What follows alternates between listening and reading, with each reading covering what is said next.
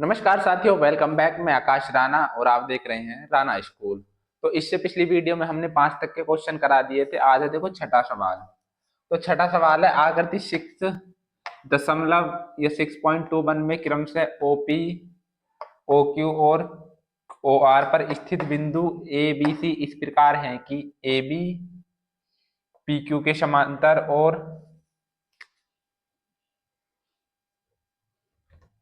इसे सही करते हैं,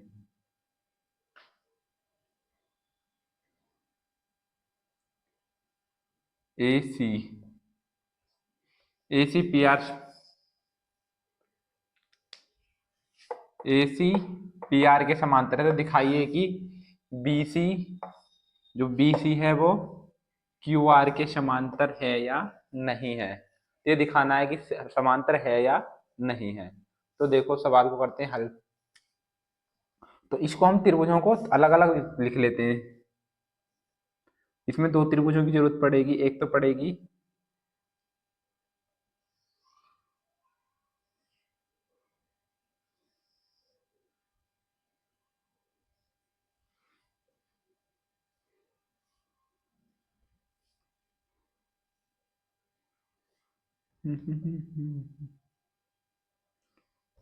पी क्यू ओ, और यहाँ से एक लाइन जाएगी, ये ए है और ये बी। ठीक, और एक इस तरीके से जा रहा है त्रिभुज।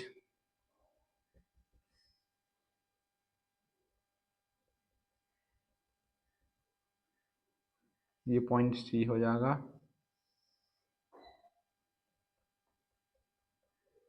और ये आर।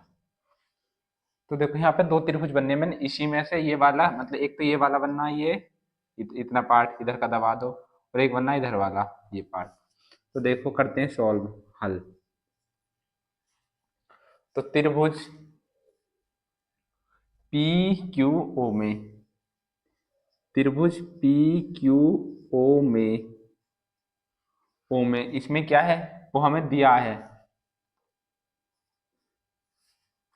यानी इस तरीके से लिखेंगे, दिया है त्रिभुज पी क्यू ओ में ए बी पी क्यू समांतर हैं, ए बी समांतर पी क्यू है।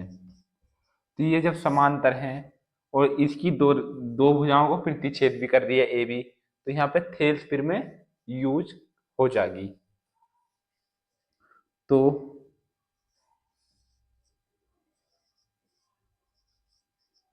थेल्स फिर में से, थेल्स फिर में से, तो देखो थेल्स फिर में क्या है, ओ ए, ओ ए अपॉन ए पी बराबर O B upon B Q. इसे कह देंगे इक्वेशन 1। ठीक, अब देखो इसी प्रकार, इसी प्रकार त्रिभुज इधर वाले में, यानी पी क्यू आर में, पी आर ओ में, या पी आर ओ में, उसमें दिया है कि ए सी पी आर के समांतर है, ए सी समांतर पी आर है। तो जब पी आर, यहाँ पे भी थेल्स फिर में यूज कर सकते हैं। तो थेल्स फिर में से, थेल्स फिर में से, तो थेल्स फिर में क्या है, देखो ओ ए अपॉन ए पी और ओ सी अपॉन सी आर, ये होगी इक्वेशन 2। अब देखो इन इक्वेशनों में इधर वाला पद दोनों में समान है। जब ये दो पद समान है तो इसका मतलब ये भी आपस में समान होंगे। तो देखो समीकरण 1/2 से, समीकरण 1 एंड समीकरण 2 से। तो समीकरण 1 और 2 से ये क्या हो जाएंगे, बराबर हो जाएंगे, तो इसे लिख लेंगे O B upon V Q बराबर ओ सी अपॉन सी आर। तो देखो इसमें क्या आया, O B upon V Q और ओ सी अपॉन सी आर। तो इसका मतलब ये दोनों, ये क्या इनका अनुपात है, तो ये वाली भुजा क्या होगी, समांतर होगी। तो अतः स्पष्ट है कि BC समांतर QR हैं, यानी कि BC QR के समांतर है। किससे स्पष्ट हुआ है, समीकरण 3 से। ठीक, तो ये आपका सवाल कंप्लीट हुआ। अब देखो इससे चलते हैं अगले क्वेश्चन पे, क्वेश्चन नंबर 7। देखो अब है 7वां सवाल। तो 7वां सवाल है, पिरमें 6.1 का प्रयोग करते हुए सिद्ध कीजिए कि त्रिभुज की एक भुजा के मध्य बिंदु से होकर दूसरी भुजा के समांतर खींची गई रेखा तीसरी भुजा को समद्विभाजित करती है। तो देखो यहाँ पे हल करते हैं इसे। माना त्रिभुज ए बी सी में ए बी के मध्य बी बिंदु है, जो जो दूसरी भुजा या जो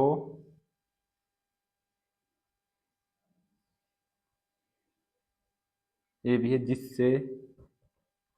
जिससे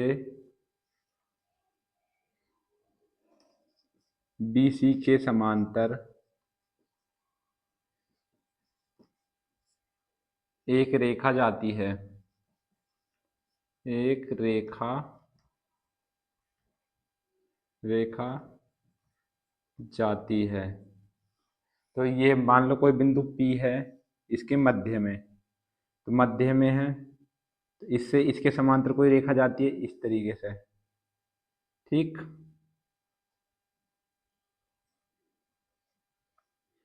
तो P इसे कह देते हैं Q पॉइंट।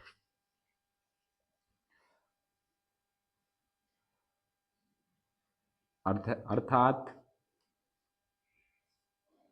BC समांतर है, या इसे लिख दें PQ समांतर BC।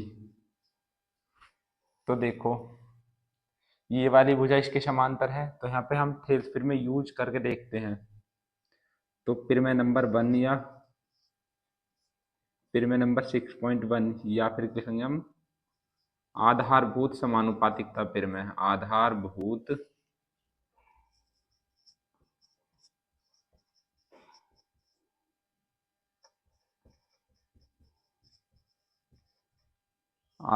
समानुपातिकता पिरमें से। ये पिरमें 6.1 में दे रखी है, जो आप बुक में देखोगे एनसीईआरटी की बुक में, ये जो पिरमें है वो 6.1 से है। तो 6.1 में ये है, पिरमें क्या हो जाएगी, AP अपॉन PB बराबर AQ अपॉन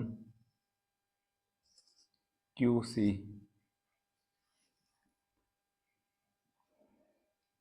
चूंकि बिंदु P यानी ये वाला P इसके मध्य में है,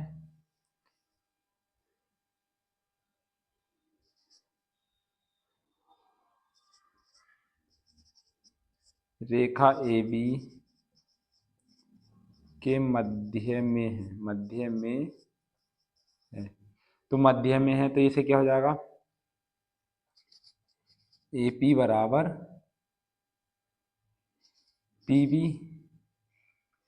तो ये हमने क्वेश्चन 1 बोली तो इसमें ये वाली वैल्यू समीकरण एक में रख देंगे, ये हो जाएगा A P upon A P बराबर ए क्यू अपॉन क्यू सी। तो इससे एक बार कट जाएगा, यानी ए क्यू अपॉन क्यू सी बराबर वन अनुपात वन, यानी ए क्यू बराबर क्यू सी। तो अतः अब देखो ये दोनों क्या, ये वाली और ये दोनों बराबर आए हैं, तो इसका मतलब ये बराबर है। तो जो पॉइंट ये वाली रेखा इसे समद्विभाजित यानी दो भागों में विभाजित कर दिया, समद्विभाजित कर दिया जाता है।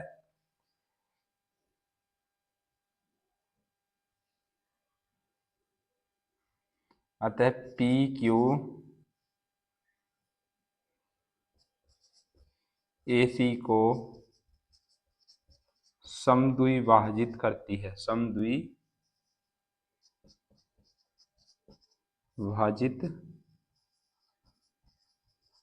करती है।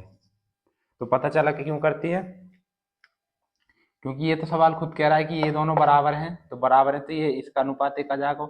और जब ये दोनों बराबर आए तो इससे हमें पता चल रहा है कि ये दोनों बराबर, तो ये जो पॉइंट है क्यू, ये इसके मध्य में होगा। मध्य का मतलब इसे समान दो भागों में विभाजित कर रहा है। तो ये आपका सवाल क्लियर। अब चलते हैं 8वें पर। तो पिरमें 6.2 का प्रयोग करते हुए सिद्ध कीजिए कि एक त्रिभुज की किन्हीं दो भुजाओं के मध्य बिंदुओं को मिलाने वाली रेखा तीसरी भुजा के समांतर होती है। तो देखो इसका एक डायग्राम बनाते हैं पहले। एक त्रिभुज है, ठीक। तो इसके मध्य बिंदु, दो मध्य बिंदु हैं, ये ए बी सी, ये तो त्रिभुज हुआ। और पी क्यू दो भुजाओं के मध्य बिंदु हैं, इनको मिलाने वाली रेखा यानी पी क्यू बी सी के समांतर है या नहीं, ये सिद्ध करना है। तो देखो करते हैं इसे अभी सॉल्व, हल। दिया है, क्या दिया है कि पी ए बराबर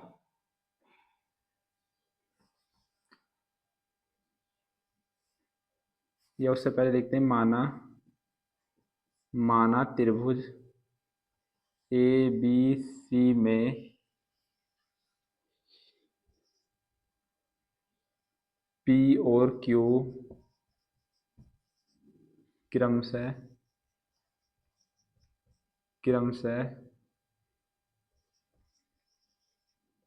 रेखा ए बी और ए सी के मध्य बिंदु हैं, मध्य बिंदु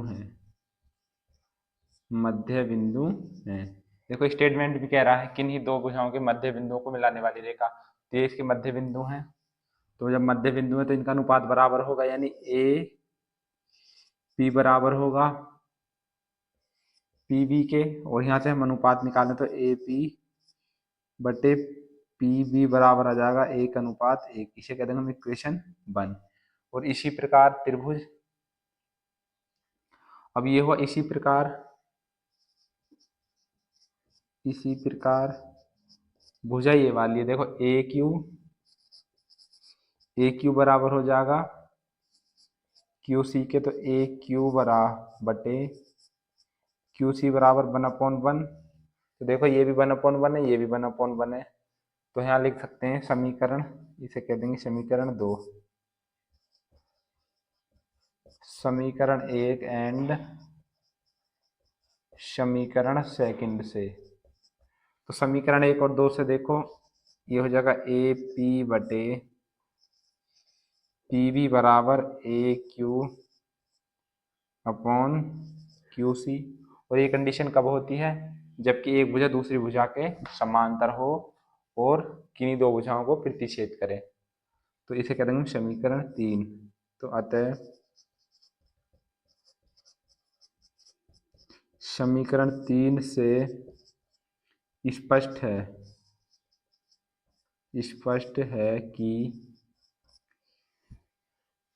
है कि तीसरी भुजा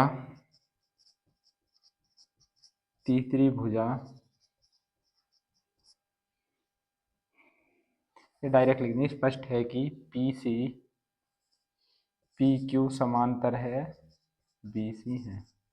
ठीक, तो ये आपका सवाल कंप्लीट। अब देखो करते हैं नवा क्वेश्चन। Question number 9। तो ABC एक समलंब है जिसमें AB DC समांतर है, ये दो भुजाएं समांतर हैं तथा इसके विकर्ण परस्पर बिंदु O पर प्रतिच्छेद करते हैं। दिखाइए कि AO अपॉन BO बराबर CO अपॉन DO है। तो ये हमें सिद्ध करना है या दिखाना है।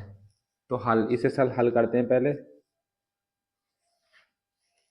तो देखो सबसे पहले बिंदु O से BC के समांतर एक लाइन ड्रॉ कर लेंगे, एक लाइन खींच लेंगे, एक रेखा। ठीक, इस तरीके से।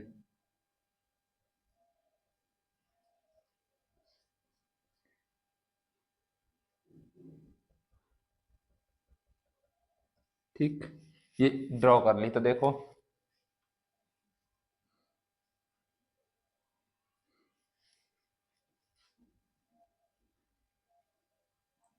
समलंब समलंब ABCD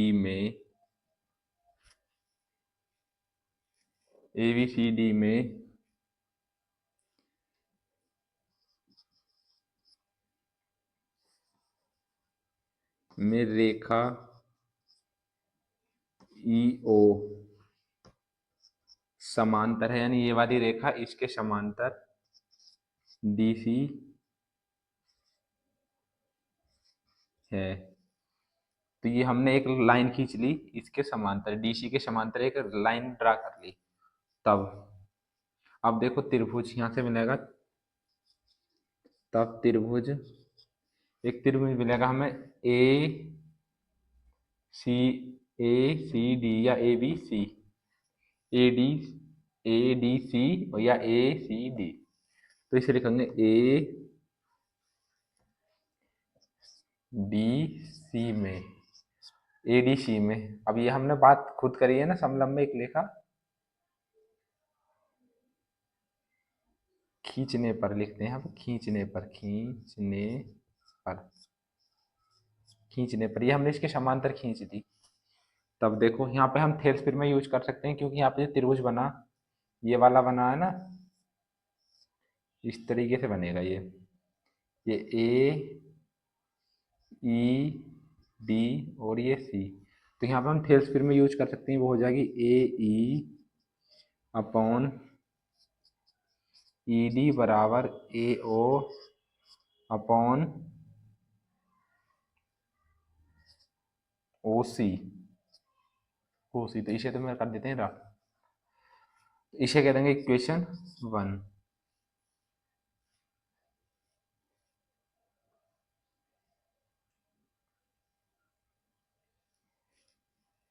इक्वेशन 1 हुई। अब देखो इसी प्रकार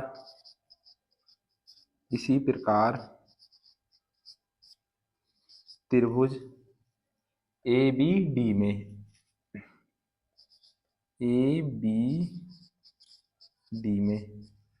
चूंकि ये वाली रेखा इसके समांतर और ये रेखा इसके समांतर, तो ये इसके समांतर होगी, अवश्य होगी। ये हमारा खुद सवाल कह रहा है। ये यहाँ पे लिख सकते हैं, दिया है, चाहे दिया है शुरू में क्या दिया है कि AB समांतर है BC,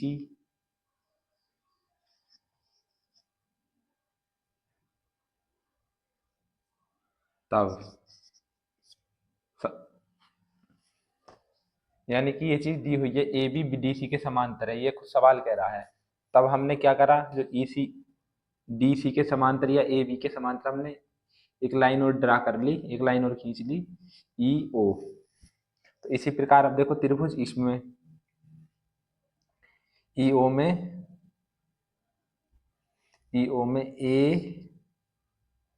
AB समांतर है EO के, और इस वाले त्रिभुज में जो था DC समांतर थी E।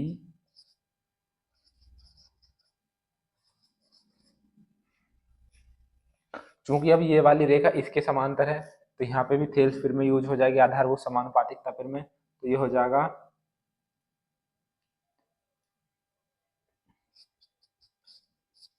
DE अपॉन AE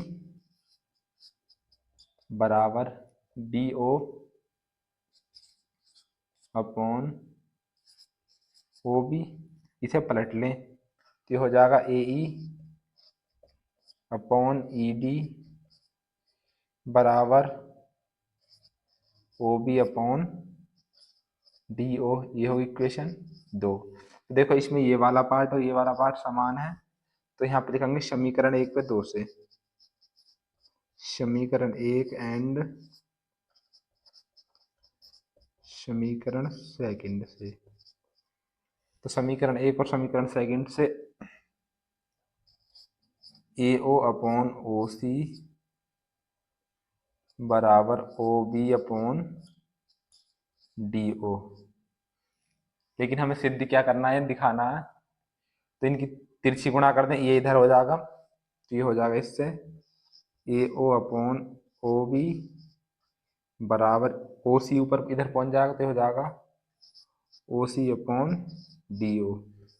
और ये क्या दिखाना हमें, सिद्ध करना था। देखो AO अपॉन BO और CO या OC बात एक ही है, DO, तो ये क्या इति सिद्धम, इति सिद्धम। ये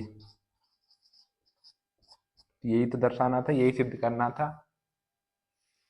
तो ये सवाल आपका कंप्लीट। अब चलते हैं सवाल नंबर 10 की तरफ।